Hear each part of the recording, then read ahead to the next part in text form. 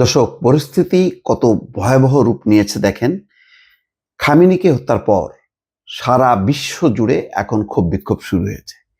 ইরানের মানুষ যারা বিচ্ছিন্ন ছিল, সরকারের প্রতি ক্ষোভ ছিল, এখন তারাও কিন্তু একত্রিত হয়েছে এবং লক্ষ লক্ষ মানুষের বিক্ষোভ চলছে তেহরান জুড়ে।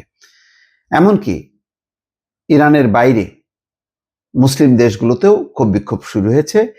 তারই একটি পর্যায়ে পাকিস্তানে মার্কিন দূতাবাসে মানুষ হামলা করেছে, সেখানে পুলিশের সাথে সংঘাত হয়েছে, 9 জন মারা গেছে। দর্শক, এখন পর্যন্ত 9 জনের খবর পাওয়া গেছে, 18 জন আহত হয়েছে। রোববার বিক্ষোভকারীরা করাচি কনসুলেট ভবনের সামনে জড়ো হয়ে বিক্ষোভ শুরু করে, ভেতরে প্রবেশের চেষ্টা করে। এই সময় পরিস্থিতি নিয়ন্ত্রণে আনতে পুলিশ তৎপর হয়ে উঠলে সংঘর্ষ বাধে এবং এই হতাহতের ঘটনা ঘটে।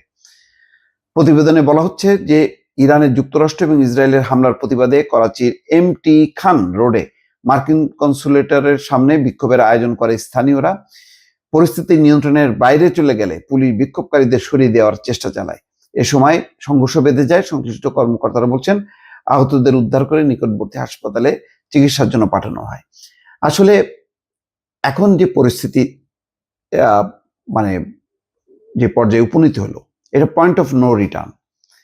এখানে আরো সংঘাত হবে, শুধু পাকিস্তান না, বহু জায়গায় হবে। এবং যেখানে যেখানে মার্কিন স্থাপনা, ইসরায়েলের স্থাপনা, সেই সব জায়গাগুলোতে মানুষের বিক্ষোভ হবে, নানাভাবে হামলা হবে।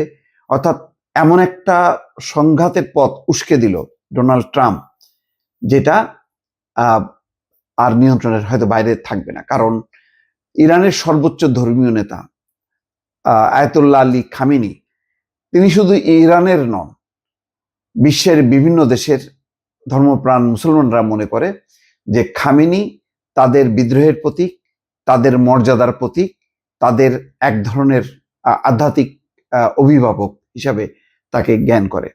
সুতরাং এই ক্ষোভ বিক্ষোভ কিন্তু সহসাই থামবে না। যতই 2-4 দিন পর বা সপ্তাহখানিক পর মার্কিন যুক্তরাষ্ট্র হয়তো মনে করতে পারে যে ঠিক আছে, আমি আর হামলা চালাবো না, আমি পিছু হটবো, আলোচনার একটা পথ বের করে আপাতত এখানে ক্ষান্ত হব, সেই জায়গাটা বোধহয় এখন আর হবে না।